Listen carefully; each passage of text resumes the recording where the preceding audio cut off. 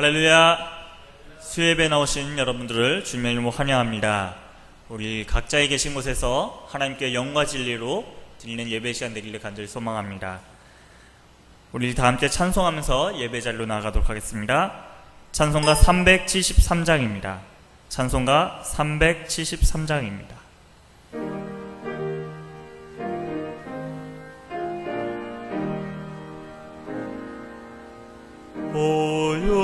고요한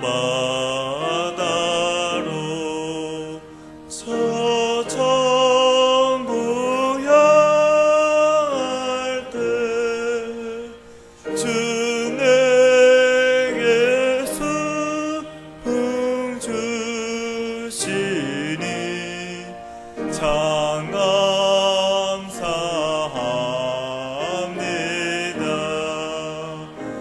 그 물결이 일어나 나 쉬지 못하나 이 풍랑으로 인하여 더 빨리 갑니다. 내 걱정 근심을 귀엽게 하시고 내 주여 든 영혼을 곧 밝게 하소서. 이 세상 고라가 주 뜻을 본받고 내 몸이 의지 없을 때 그 믿음 주소서.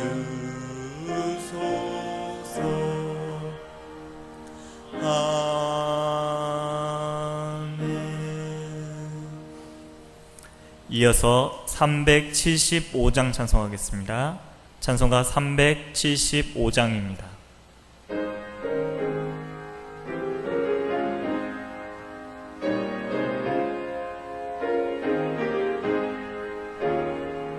나는 갈 길 모르니 주여 인도하소서. 어디 가야 좋을지 나를 인도하소서. 어디 가야 좋을지 나를 인도하소서. 아무것도 모르니 나를 가르치소서. 어찌해야 좋을지 나를 가르치소서. 어찌해야 좋을지 나를 가르치소서. 아이같이 어리니 나를 도와주소서. 힘도 없고 약하니 나를 도와주소서.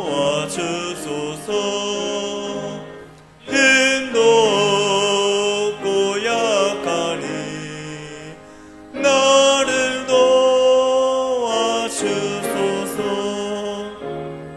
마음 심히 슬프니 나를 위로하소서. 의지 없이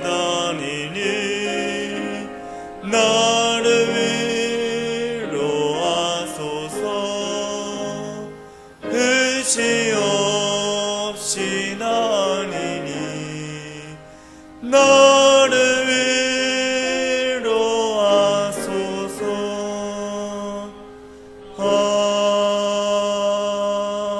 아멘. 살아계셔서 역사를 주관하시는 전능하신 하나님 아버지, 혼돈과 고난의 때에 이렇게 주님의 자리에 나와 기도할 수 있도록 은총을 허락해 주심을 감사합니다. 영원히 죽을 수밖에 없고 죄의 종로로 팔 수밖에 없었던 우리를 구원의 길로, 생명의 길로 인도하여 주신 주님, 이 시간 간절한 마음으로 주님 앞에 나와싸움나이다. 주여, 우리의 미련하고 어리석음을 용서해 주시고 우리의 교만하고 참으로 분별력 없는 우리를 주여 용서하여 주시옵소서. 너희는 세상의 빛이라 소금이라 말했지만 우리는 그렇게 살아가지 못했음을 고백합니다. 이 시간 주님의 귀한 보혈로 세우신 교회가 우리의 최후의 승리를 얻는 그날까지 오직 십자가만을 붙드는 참된 믿음, 참된 신앙이 될 수 있도록 주여 도와 주시옵소서. 마지막 때를 살아가고 있는 우리에게 영분별의 은사를 허락하여 주시고 시대를 분별할 뿐만 아니라 나의 믿음을 스스로 돌아보며 온전히 주님만 의지하는 믿음이 되게 도와 주시옵소서. 온 세상을 지으신 전능하신 창조주 하나님, 이 코로나19로 인해서 하나님, 온 세계가 혼돈 속에 빠져 있습니다. 고통과 두려움 속에 빠져 있습니다. 아버지, 이 시간 주님 앞에 간절히 간구하오니 주여 우리를 이 재앙에서 건져 주시옵소서. 또한 아버지, 이 코로나19를 통해서 우리 인간의 얼마나 연약한 존재임을 다시 한번 생각하게 하여 주시옵소서. 우리의 입술은 항상 하나님 뜻대로 산다고 하면서 돌이켜보면 우리 자신만을 위해, 우리의 유익만을 위해 살았던 것을 고백합니다. 아버지, 우리의 탐욕과 오만과 우리의 아버지 헛된 죄악을 주님 앞에 고백하오니 주여 용서하여 주시고 아버지, 온 땅이 하나님의 뜻대로 다시금 아름다운 세상으로 아버지 회복될 수 있도록 주여 은총을 허락하여 주시옵소서. 코로나19로 고통당하는 환자들에게 주의 은총을 허락하여 주시고 그들의 가족들에게 하늘의 위로와 평안을 주시옵소서. 또한 환자를 돌보기 위해 수고하는 많은 의료진과 담당자들, 지혜와 능력을 주시고 속히 백신이 개발되어 하루속히 코로나19가 종식될 수 있도록 진노 중에도 자비와 긍휼을 베푸신 하나님, 은혜를 베풀어 주시옵소서. 주님만이 우리의 힘이시며 우리의 피할 바이시며 구원의 참 소망이신 줄 믿습니다. 오늘 말씀을 들고 다니서시는 목사님, 성령으로 기름 부어 충만한 은혜를 허락하여 주시옵소서. 선포되는 말씀이 하나님의 능력이 있게 하여 주시고 살아 역사하게 하여 주시옵소서. 모든 시종을 주님께 맡깁니다. 우리의 영원한 생명의 주인이 되시는 우리 구주 예수 그리스도의 이름으로 감사하며 기도드립니다. 아멘.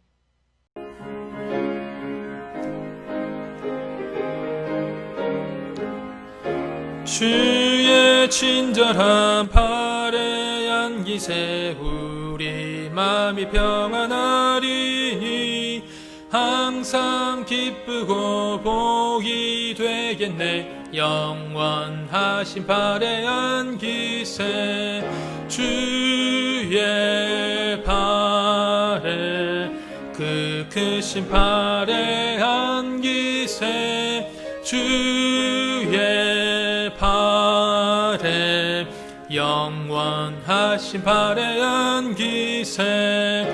날이 갈수록 주의 사랑이 두루 광명하게 비치고 천성 가는 길 편히 가리니 영원하신 팔에 안기세 주의 팔에 그 크신 팔에 안기세 주의 팔에 영원하신 팔에 안기세.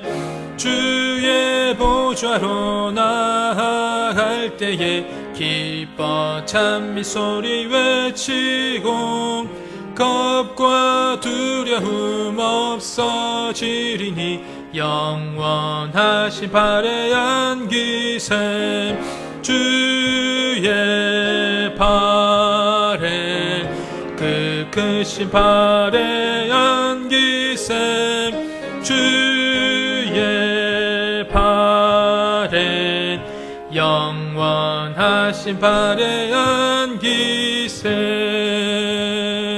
주시는 말씀은 창세기 20장 1절에서 18절까지 말씀입니다. 구약성경 25쪽입니다. 창세기 20장 1절에서 18절까지 말씀입니다.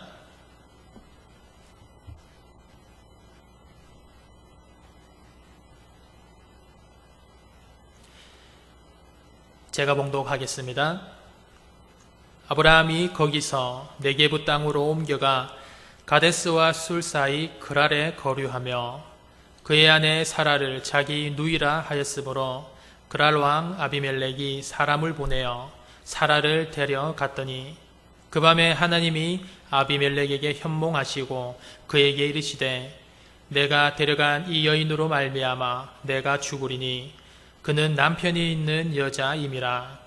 아비멜렉이 그 여인을 가까이 하지 아니하였으므로 그가 대답하되 주여 주께서 의로운 백성도 멸하시나이까.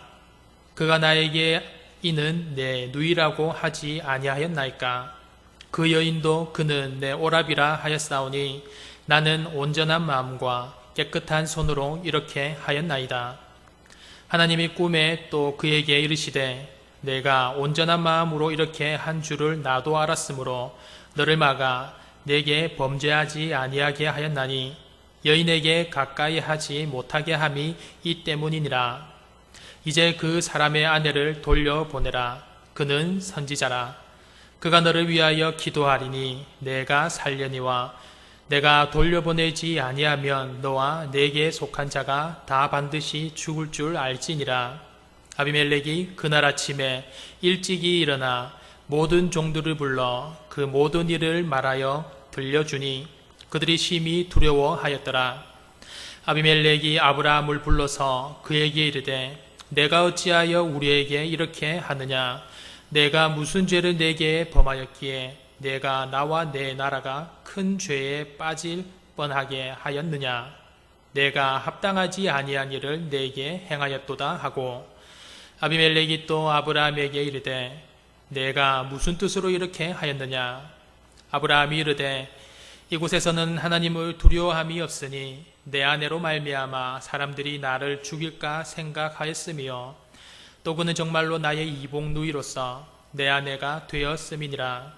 하나님이 나를 내 아버지의 집을 떠나 두루 다니게 하실 때에 내가 아내에게 말하기를 이후로 우리의 가는 곳마다 그대는 나를 그대의 오라비라 하라. 이것이 그대가 내게 베풀 은혜라 하였었노라. 아비멜렉이 양과 소와 종들을 이끌어 아브라함에게 주고 그의 아내 사라도 그에게 돌려보내고 아브라함에게 이르되 내 땅이 내 앞에 있으니 내가 보기에 좋은 대로 거주하라 하고 사라에게 이르되 내가 은청계를 내 오라비에게 주어서 그것으로 너와 함께한 여러 사람 앞에서 내 수치를 가리게 하였노니 내 일이 다 해결되었느니라. 아브라함이 하나님께 기도하매 하나님이 아비멜렉과 그의 아내와 여종을 치료하사 출산하게 하셨으니 여호와께서 이왕에 아브라함의 아내 사라의 일로 아비멜렉의 집에 모든 태를 닫으셨음이더라. 아멘. 오늘 각자의 자리에서 예배를 드리시는 모든 분들께 하나님의 은혜와 하나님의 인도하심이 가득하게 되는 줄로 믿습니다. 오늘 주시는 창세기 20장의 말씀은 아브라함의 이야기로 나오고 있습니다. 그런데 아브라함의 이 에피소드는 아브라함의 실수로부터 시작을 하고 있습니다. 러시아의 유명한 작가인 도스토옙스키라고 있습니다.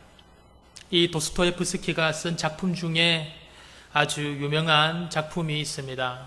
그것은 바로 죄와 벌입니다. 이 죄와 벌이라는 개념은 우리 기독교 역사상 가지고 있는 아주 중요한 원리인 율법의 원리를 잘 나타내 주고 있습니다. 율법의 원리란 무엇입니까? 바로 범죄한 대로 벌을 받는 것입니다. 율법의 원리는 죄를 범한 자는 반드시 벌을 받게 되어 있습니다. 그렇지만 다행인 것은 우리 기독교가 율법의 원리만을 가지고 있는 것이 아니라 은혜의 원리도 함께 가지고 있다라는 것입니다. 하나님께서 만약 저와 여러분을 율법으로만 다스리셨다면 아마 하나님 앞에 설 사람은 한 명도 없을 것입니다. 이런 이야기가 있습니다. 미국의 아이언사이드라고 하는 아주 유명한 목사님이 계십니다. 이 목사님이 회의를 주재하고 있었습니다. 그때 한 청년이 성난 얼굴로 손을 번쩍 들면서 소리를 칩니다. 목사님, 법대로 합시다. 이렇게 이야기를 소리를 칩니다. 그러자 아이언사이드 목사님은 이 젊은이를 향하여서 아주 유명한 이야기를 합니다. 이보게 젊은이, 만약 하나님께서 우리를 법대로만 처리를 하셨다면은 우리는 이곳에 남아 있을 수가 없을 것이라네요. 하지만 하나님은 율법의 원리로만 다스리는 것이 아니라 율법의 원리는 아직도 남아있고 아직도 유효하지만 하나님께서는 중요한 원리로 우리를 다스리시는데 그것이 바로 하나님의 은혜의 원리라네. 하나님께서는 은혜의 원리로 우리를 다스리고 있습니다. 은혜의 원리란 하나님께서 여전하게 저와 여러분을 사랑과 은혜로 다스리고 계시다라는 이야기입니다. 지난번 영국에서 열렸던 비교 종교학 회의가 있었습니다. 이 비교 종교학 회의에서 중요한 질문을 한 가지를 다루게 되었습니다. 그 질문은 무엇이냐면 우리 기독교가 가지고 있는 특징이 무엇인가 였습니다. 우리 기독교가 다른 종교와 비교가 되는 그 특성이 무엇인가를 다루었습니다. 그러자 누군가가 이렇게 이야기를 합니다. 아무래도 기독교 교리의 가장 큰 특징은 바로 성육신 사건이 아니겠습니까? 성육신 사건 무엇입니까? 신이 사람의 몸을 입어서 이 땅에 오게 되었다라는 사건입니다. 그렇습니다. 성육신 사건이야말로 우리 기독교 역사상 가장 기독교의 특징을 잘 나타내는 사건일 수가 있습니다. 그런데 그러자 어떤 한 사람이 손을 들면서 다시 이야기를 합니다. 맞습니다. 그런데 다른 종교 문헌에도 신이 사람의 몸을 힘입어서 태어났다라고 하는 그 문헌이 다른 종교에도 많이 드러나고 있습니다. 그러자 누군가가 또다시 기독교만의 그 특성을 제시를 합니다. 기독교만의 그 특성은 다른 것이 아니라 바로 부활 사상입니다. 부활 사상 위에 믿음이 서고 부활 사상 위에 우리 교회가 바르게 서 있기 때문에 그렇습니다. 라고 이야기를 하였습니다. 그러자 그때 누군가도 이야기를 합니다. 맞습니다. 하지만 이것 역시 다른 종교에도 사자의 몸으로 다시 환생하였다라는 그런 문구가 다른 종교에도 나타나고 있습니다. 라고 이야기를 합니다. 그러자 세계적으로 유명한 기독교 작가인 C.S. 루이스 교수님이 들어오시면서 이렇게 이야기를 하십니다. 기독교만의 특성, 그것은 다른 것이 아니라 바로 은혜입니다. 은혜. 영원히 죽을 수밖에 없는 사형수였던 저와 여러분을 하나님께서 베풀어 주시는 선물, 베풀어 주시는 호의를 통하여서 천국 백성으로 삼아주신 그 사건, 이 은혜가 바로 우리 기독교가 나타내고 있는 가장 큰 특성 중에 하나입니다. 라고 이야기를 하였습니다. 그 말에 그곳에 있던 모두가 다 동의를 하였습니다. 오늘 우리가 읽은 본문에는 이런 하나님의 은혜가 나오고 있습니다. 창세기 20장은 앞서 말씀드렸다시피 한 에피소드가 나오고 있는데 그것은 바로 아브라함이 실수한 내용, 아브라함이 죄악을 범한 내용이 나오고 있습니다. 그런데 오늘 말씀에서는 이 사건에 대하여서 죄와 벌의 시선으로 접근하는 것이 아니라 죄와 은혜의 시선으로 접근을 하고 있습니다. 오늘 본문에 나오는 믿음의 조상인 아브라함의 생애를 추적을 해보면 오늘 그는 믿음의 조상, 믿음의 아버지, 믿음의 중요한 조상이었음에도 불구하고 오늘 그는 같은 죄를 범하게 되는 그런 큰 실수를 짓게 되는 것을 우리가 볼 수가 있습니다. 바로 아브라함이 그랄 땅으로 가게 됩니다. 그랄 땅으로 가게 되는데 그 그랄 땅에서 아내 사라를 자신의 누이라고 사람들에게 속이게 되는 이야기가 전개되어지는 것입니다. 그랄 땅에 살았던 사람들은 당연히 사라가 아브라함의 누이였다라고 생각을 하였고 그랄 왕 아비멜렉에게 사라를 데리고 갑니다. 그랄 왕 아비멜렉은 사라를 보고 사라를 취하기 위하여서 밤까지 기다리게 됩니다. 그런데 그날 밤에 하나님께서 아비멜렉에게 현몽하시게 됩니다. 그리고 나서 이야기를 하시는 것이 이 사라를 건드리면 내가 반드시 죽을 것이다 라고 이야기를 하십니다. 그리고 사라를 빼내어서 아브라함에게 다시 건네주십니다. 아비멜렉 왕이 화가 단단히 납니다. 아브라함을 불러서 화를 냅니다. 내가 너에게 무슨 잘못을 하였기에 너는 나에게 이런 일을 행하였느냐? 왜 그러느냐? 라고 노를 바랍니다. 그러자 아브라함이 아비멜렉에게 이야기를 합니다. 그것은 바로 저희 아내 사라로 인하여서 이곳 사람들이 저를 해치고 또 저의 재산을 빼앗아 갈까봐 겁이 나서 그렇게 하였습니다. 하나님께서 아비멜렉에게 내가 정녕 죽으리라 라는 말을 들은 뒤였기 때문에 아비멜렉은 겁이 나서 아브라함에게 은천계를 주고는 사건을 무마하게 됩니다. 그것이 바로 오늘 본문의 전말입니다. 그런데 오늘 본문의 말씀 이전인 창세기 12장에도 똑같은 내용이 기록이 되고 있습니다.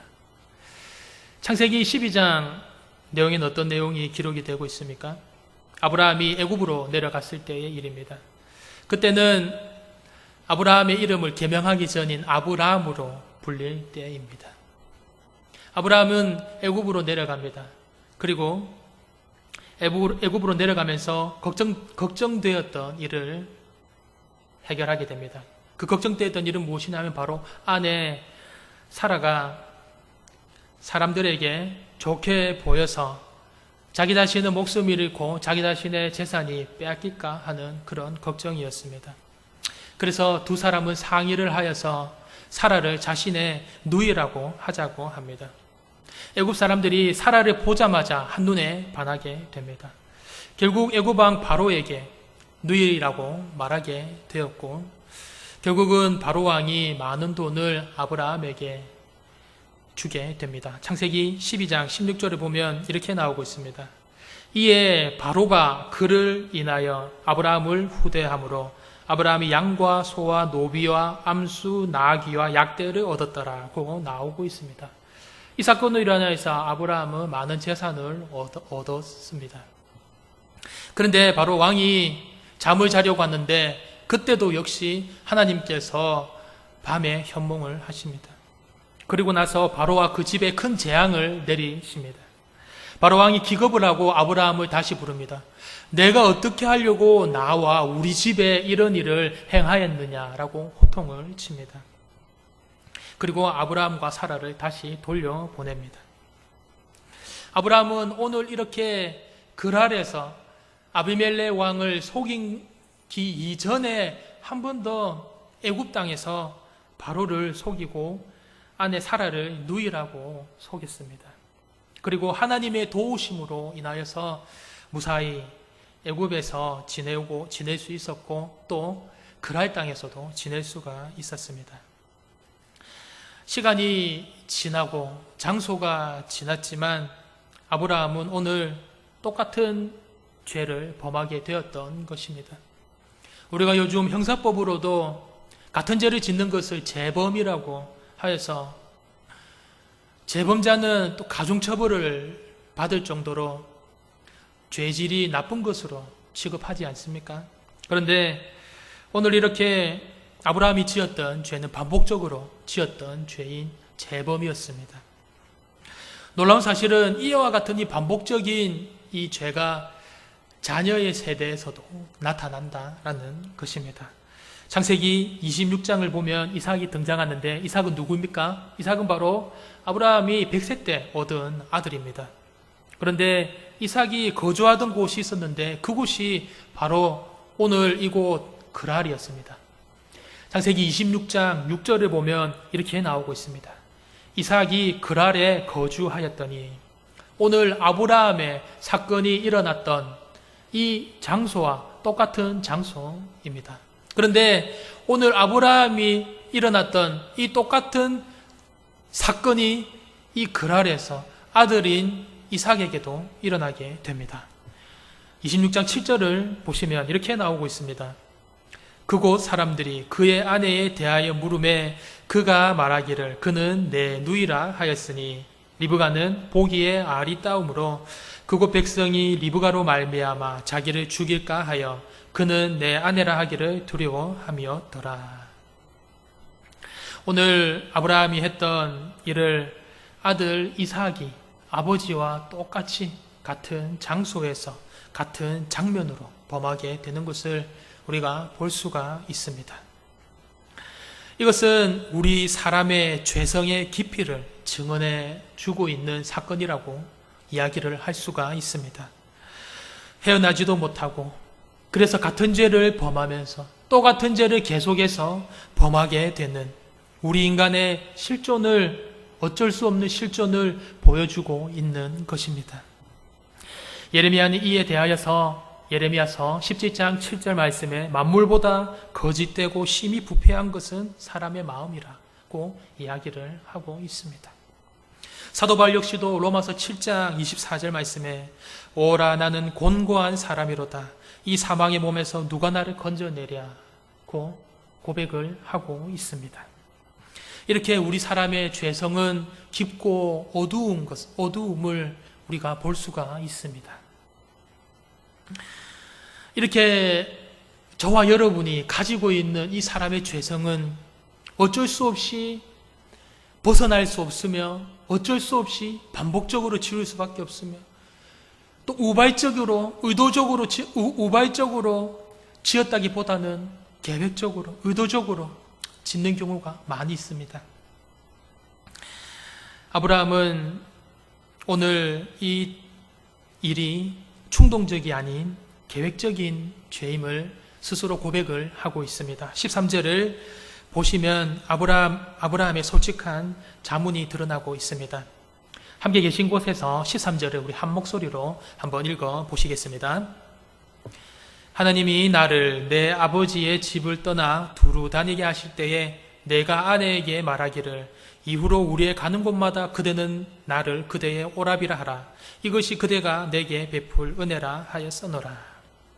아멘.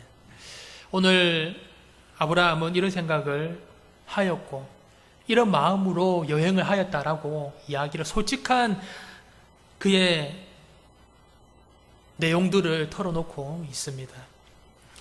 이것은 그의 행보가 우연찮게 벌어진 어쩔 수 없이 벌어진 해프닝이라기보다는 다분히 반복적이고 계획적이다라는 것을 이야기를 하고 있습니다. 그런데 비단 이런 죄악의 속성, 죄악의 본성인 아브라함에게서만 보이는 것이 아닙니다. 우리 이 땅을 살아가면서 접하게 되면 짓게 되는 수많은 죄의 대부분도 어떻습니까? 저부터도 너무나도 많은 반복적인 죄를 고백하고, 저부터도 너무나도 많은 우연적인 그런 죄보다도 너무나도 의도적으로 그런 죄가 지으면서 살아가게 됨을 스스로 많이 고백하게 됩니다. 이렇게 우리 사람의 죄는 이렇게 깊고 어둡고 반복적인 것입니다. 이에 대하여서 종교개혁자 칼빈은 이렇게 이야기를 합니다. 인간이란 것은 전적으로 부패한 존재이다. 맞습니다. 인간이란 전적으로 부패한 존재이다 라고 고백을 합니다. 이사야 선지자 역시도 어떻게 고백을 합니까? 내 머리부터 발끝까지 나에게 성한 것이 없다. 머리부터 발끝까지 나에게 온전한 것이 하나도 없다라는 것을 이사야 선지자 역시도 고백을 하고 있습니다. 이것이 바로 우리 사람의 죄성, 이것이 바로 어쩔 수 없는 저와 여러분의 죄의 뿌리라는 것입니다.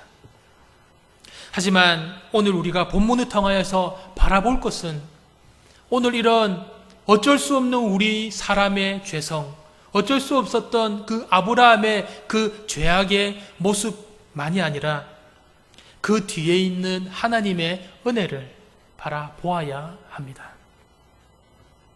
다시 죄를 범하는 아브라함과 이런 아브라함을 다루신 하나님의 그 처사 안에 있는 하나님의 그 놀라우신 은혜를 우리가 바라볼 수 있어야 합니다. 오늘 하나님께서 어떻게 아브라함을 다루십니까? 하나님께서는 본문에 직접적으로 나타나고 있진 않지만 본문의 맥락을 자세히 살펴보시면 하나님께서는 아브라함을 스스로를 되돌아보게 하고 계신다라는 것입니다. 하나님께서는 아브라함을 스스로를 되돌아보게 하십니다. 스스로 되돌아보게 하는 것, 그것이 바로 하나님의 은혜입니다. 17절부터 18절까지 말씀을 우리 한 목소리로 봉독하시겠습니다.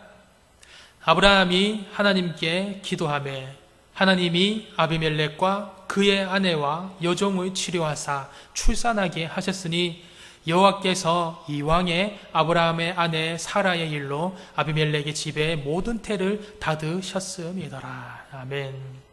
하나님의 은혜는 무엇입니까? 스스로를 되돌아보게 만들고 스스로 깨닫게 만들고 스스로 다시 한 번 더 생각하게 만드는 것, 그것이 바로 하나님께서 저와 여러분에게 주시는 큰 은혜인 줄로 믿습니다. 우리가 지난날을 되돌아보면서 우리 스스로 뉘우칠 수 있는 것, 우리가 지난날을 되돌아보면서 스스로 나 자신이 회개를 할 수 있는 것, 우리가 지난날을 되돌아보면서 스스로 나 자신을 깨닫는 것, 이것은 절대로 우리의 자의식만으로는 잘 되지가 않습니다. 제가 전에도 말씀을 드린 적이 있는데 임종 직전에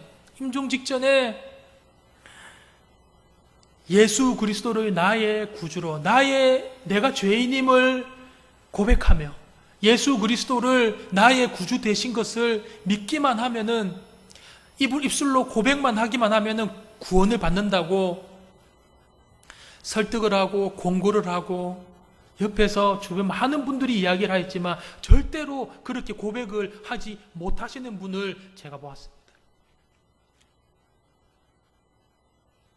우리가 한번 생각을 해보기로 합니다. 저와 여러분이 10년이 넘고 20년이 넘고 10수년이 넘도록 이렇게 신앙생활을 할 수 있는 것이 바로 무엇 때문이겠습니까? 그것은 바로 우리가 잘나서가 아니라, 우리가 남들보다 더 뛰어나서가 아니라, 우리가 남들보다 더 악하고 우리가 남들보다 내세울 것이 더 있어서 그런 것이 아니라, 이것은 바로 전적인 하나님의 은혜에서 비롯되었다라는 것입니다. 우리가 어떻게 계속해서 천국 소망을 20년, 30년 계속해서 날마다 바라보면서 나아갈 수가 있겠습니까? 그것은 결코 우리의 힘으로 되어지는 것이 아닙니다. 이것은 바로 예수님을 구세주로 고백하는 것은 성령님의 도우심이 없이는 불가능한 일입니다. 고린도전서 12장 3절을 보시면 이렇게 나오고 있습니다. 성령으로 아니하고는 누구든지 예수를 주시라 할 수 없느니라. 아멘. 저와 여러분에게 주님께서 주신 이 믿음이란 전적인 우리 주님의 은혜입니다. 저와 여러분에게 주어진 이 구원이란 전적인 우리 하나님 아버지의 선물입니다. 만약 우리의 죄악을 따라서 하나님께서 저와 여러분을 징벌하셨다면 어느 누가 하나님 앞에 설 수 있는 사람이 어디 있겠습니까? 그럼에도 하나님께서는 우리에게 믿음을 불어넣어 주시고 주님을 바라보며 나아가게 하시고 우리들을 사랑하셔서 이곳까지 인도하시고 저 천성까지 갈 수 있도록 하나님의 자녀로 다듬어 가시는 줄로 믿습니다. 이것이 바로 하나님의 전적인 은혜입니다. 우리가 만약 하나님의 은혜를 받지 못하였다면, 하나님의 은혜가 없었다면 우리는 어떤 사람들 앞에서도 담대하게 이런 고백을 할 수가 없었을 것입니다. 우리가 탕자의 사건을 잘 아실 것입니다. 그 탕자의 사건을 한번 생각해 보겠습니다. 탕자가 아버지 집으로 돌아옵니다. 그런데 아버지 집으로 탕자가 돌아올 때 어떻게 돌아왔습니까? 아버지가 탕자에게 수소문하여서 하인에게 메시지로 탕자 이놈아 너 나간 지가 얼마 됐는데 아직까지 들어오지 않고 있느냐? 응? 빨리 안 들어오면 너 다리 몽둥이를 부셔버리거든. 속된 말로. 예. 오늘 탕자가 이렇게 해서 집으로 돌아온 것이 아닙니다. 탕자는 오늘 모든 것이 다 떨어졌을 때 아버지가 나누어준 재산을 다 탕진하였습니다. 그리고 그가 스스로 깨우칩니다. 그가 스스로 뉘우칩니다. 돌아옵니다. 그런데 그가 아버지께로 돌아올 때는 아버지의 아들의 자격으로 돌아온 것이 아니라 그의 마음이 아버지가 나를 그냥 품꾼의 하나로, 종의 하나로만으로도 여겨주셨으면 좋겠다라는 마음으로 돌아옵니다. 이런 생각으로 무거운 발걸음으로 터벅터벅 한 걸음씩 한 걸음씩 집으로 옮겼을 것입니다. 그런데 성경 말씀을 보면은 집 앞에서 아버지가 날마다 그를 기다리고 있었다라고 나오고 있습니다. 그런데 아버지가 먼저 그를 보았다라고 나옵니다.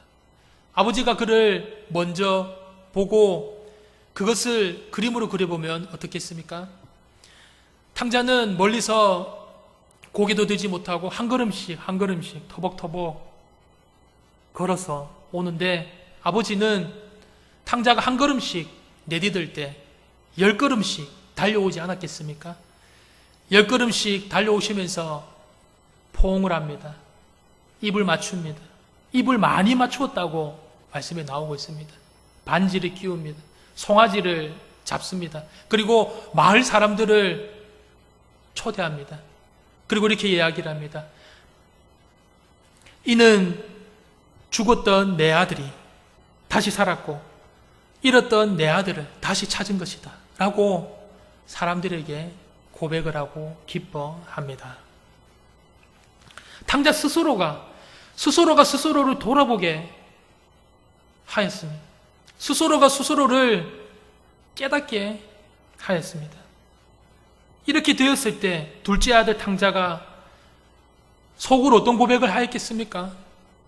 저는 탕자가 이렇게 하였을 때 진심으로 그의 마음속에서 오열되듯이 터져나오는 그 눈물로서 정말로 아버지 잘못했습니다.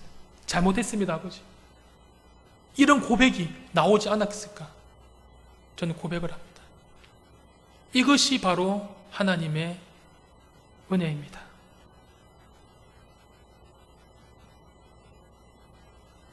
저는 저의 고백을 한 가지 해드리면요. 제가 지난주 새벽기도 때도 말씀을 드렸는데 저는 과거에 제가 하나님을 생각을 하면은 죄를 지으면은 형벌하시는 하나님으로서 인식이 더 컸습니다. 왜 그러냐면 제가 하나님께로 돌아오게 된 계기가 무엇이냐면 술을 너무 많이 마셨습니다. 밤에 잠을 자지 않고 몇 개월에 걸쳐서 친구들이 좋아서 노는 것이 좋아서 그렇게 술을 많이 마셨습니다.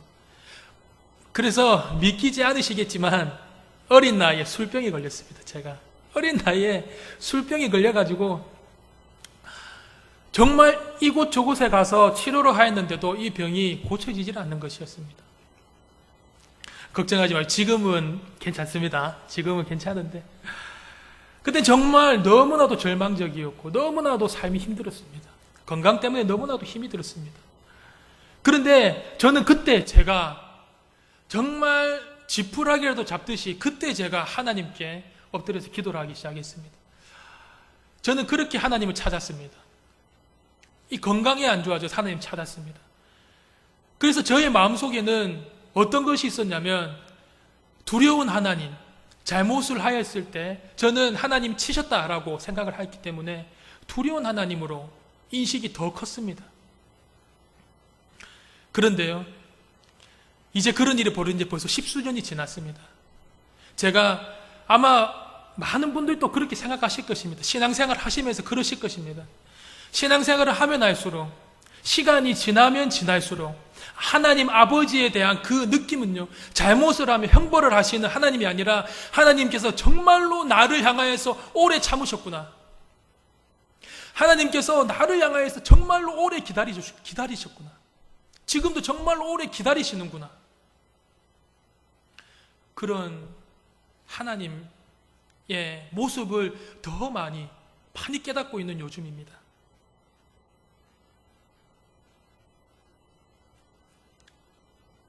신앙생활을 하면 할수록 죄를 범하면 노하시면서 심판하시는 하나님이기보다 기다리시며 은혜로우시며 인애와 진실이 많으신 그런 은혜로우신 하나님으로 제 삶이 나를 향하여서 너무나도 많이 참으시는 하나님이시는구나 라는 것을 너무나도 많이 경험을 하게 됩니다. 출애굽기 34장 6절에 보면 하나님께서 자신을 잃은 분이라고 말씀을 하시는 내용이 나옵니다. 출애굽기 34장 6절을 제가 읽겠습니다. 여호와께서 그의 앞으로 지나시며 선포하시되 여호와라 여호와라 자비롭고 은혜롭고 노하기를 더디하시고 인자와 진실이 많은 하나님이라. 아멘. 오늘 하나님께서 말씀을 하시기를 자비로우시며 은혜로우시며 노하기를 더디하시며 인자와 진실이 많으신 분이라고 이야기를 하고 계십니다. 정말로 그렇습니다. 정말로 하나님께서는 아마 여러분들도 공감하실 것입니다. 잘못을 하면은 즉각 그것을 향하여서 징벌하시고 그것을 향하여서 치시는 하나님이 아니라 정말로 오랫동안 나를 향하여서 참으시는구나. 정말 오랫동안 나를 기다리시는구나. 그래서 무엇을 원하십니까? 하나님께서 나 스스로, 탕자가 스스로 깨닫고 돌아올 때 그에게 진정한 뉘우침이 왔고 탕자가 스스로 돌아보았을 때 그에게 진정한 회개가 나왔듯이 하나님께서는 나 스스로 돌아보기를 원하시는구나. 나 스스로 하나님께서 깨우치시기를 원하시는구나. 우리가 자녀를 키울 때도 그렇지 않습니까? 우리 아이들이 요즘 잠을 안 잡니다. 밤에 예전에는 9시에서 8시에서 9시만 되면 잠을 잤는데 요즘 그래서 우리 아이들 참 일찍 잔다 참 좋다 했는데 요즘 9시는 넘어서는 기본이고 10시가 넘어서까지도 둘이서 아주 뛰어다니면서 얼굴을 넘어가고 배를 넘어가면서 잠을 자지 않습니다. 그럼 그럴 때 논리적으로 설득도 해봤습니다. 앉아서 야, 너 지금 이 시간에 너 잠을 자야지. 안 자면은 너 내일 피곤해서 안 돼. 너 지금 빨리 잠을 자야지.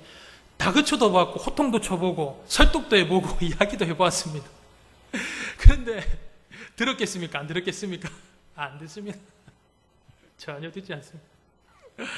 오히려 더 눈만 말똥말똥 떼고 있는 걸 볼 수 있습니다. 어떨 때 이 아이가 잡니까?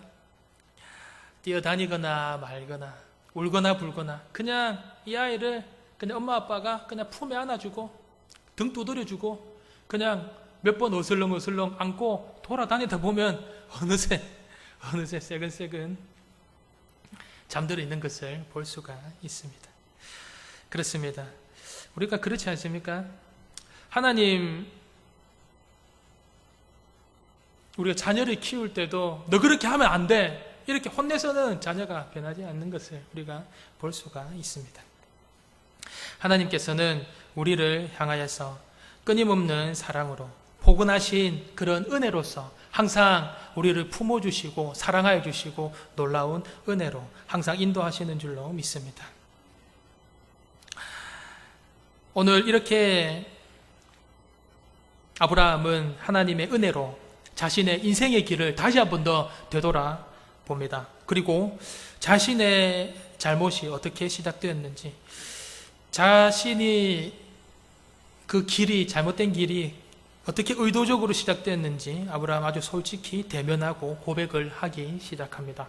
이것이 바로 치유의 시작이 아닐까 싶습니다. 그리고 17절을 보시면 이런 말로 시작을 합니다. 17절 말씀에 아브라함이 하나님께 기도하며 이렇게 시작을 하고 있습니다. 그렇습니다. 저와 여러분의 연약함을 아시는 주님이십니다. 그 주님 앞에 연약한 있는 그대로의 그 모습 그대로 내어놓고 자칫하면 함께 고통의 길로 빠질 뻔하였던 아비멜렉을 위하여서도 오늘 아브라함은 함께 기도하기 시작합니다. 그러면서 아브라함의 생애 속에 회복이 시작되게 됩니다. 말씀을 마무리하겠습니다. 전도를 너무나 잘하는 한 여인이 있었다라고 합니다. 그런데 이 여인의 별명이 있었는데 바로 무엇이냐면 예수님 없이는 살 수 없어요가 이 여인의 별명이었습니다. 예수님께서 자신을 사랑해 주신 너무나도 크게, 너무나도 감사하고 너무나도 그것이 기뻐서 주변의 사람들을 만날 때마다 그는 이렇게 이야기를 하더라고요. 예수님 없이는 나는 살 수가 없습니다. 예수님 없이 나는 살 수가 없습니다. 예수님 없이는 나는 살 수가 없습니다.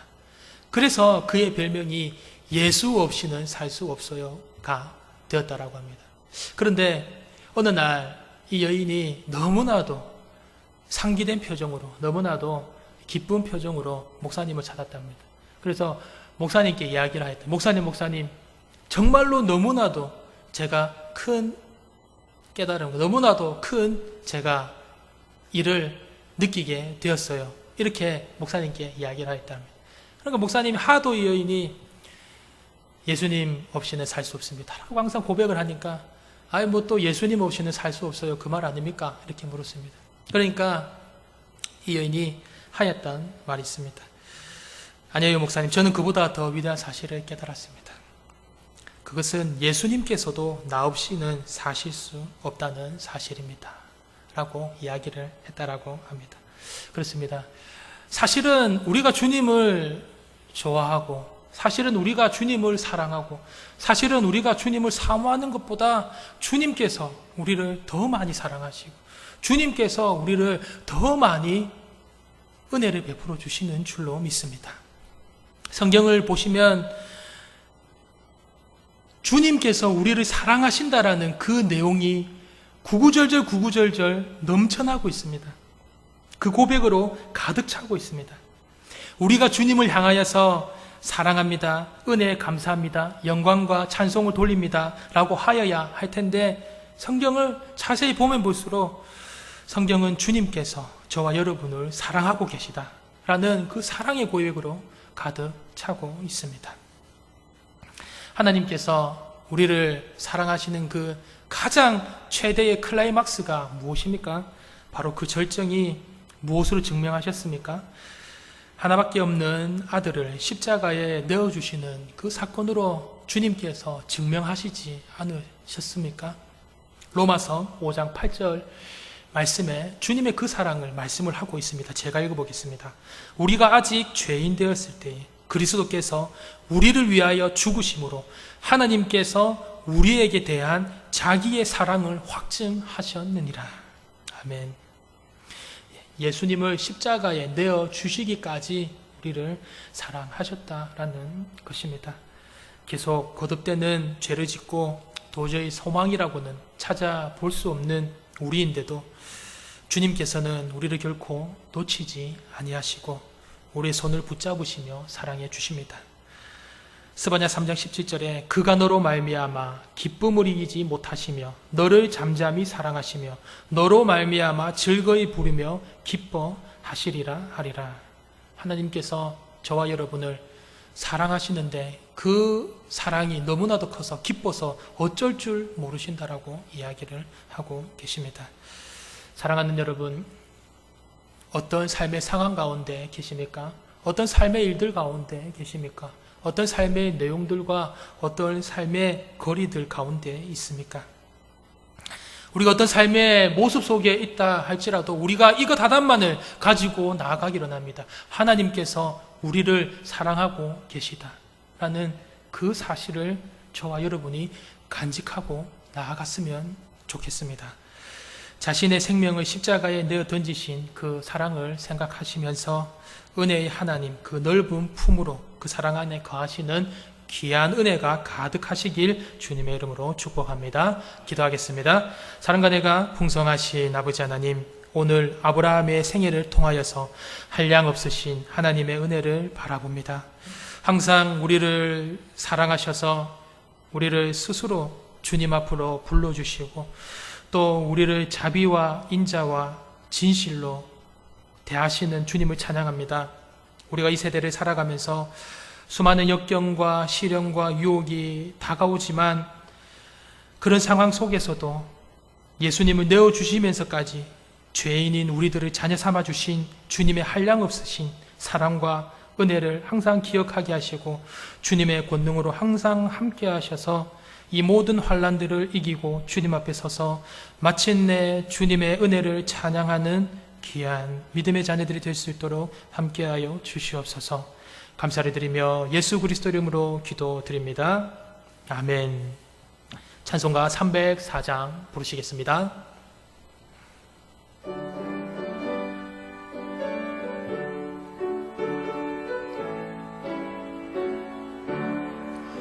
그 크신 하나님의 사랑 말로 다 형용 못하네.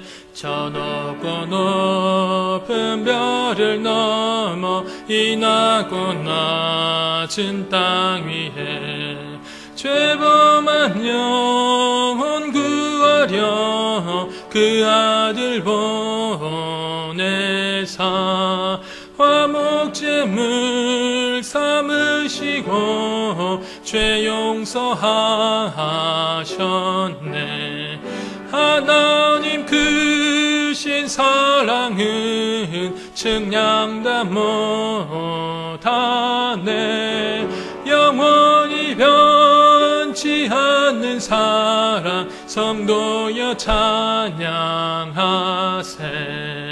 괴로운 시절 지나가고 땅 위에 영화쇠할 때 주 믿지 않던 영혼들은 큰 소리 외쳐 울어도 주 믿는 성도들에게 큰 사랑 베푸사 우리의 죄 사했으니 그 은혜 잊을까.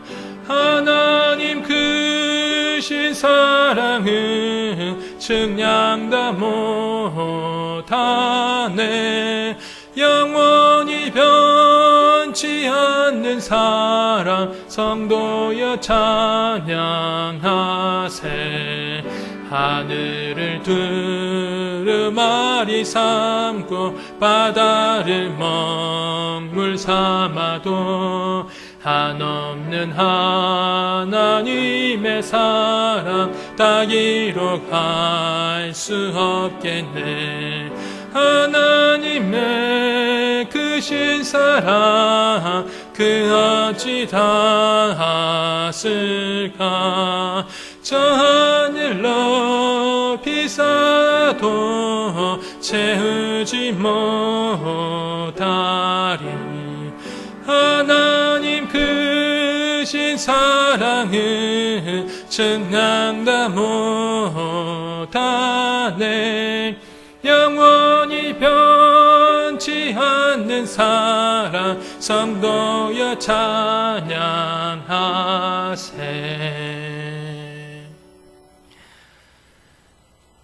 앉은 자리에서 모두 다 일어서 주시기를 바랍니다. 축도하겠습니다.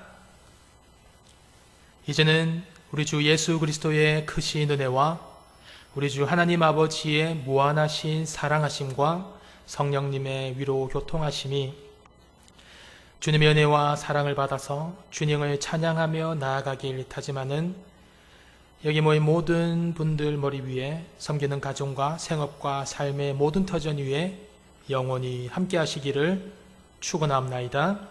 아멘.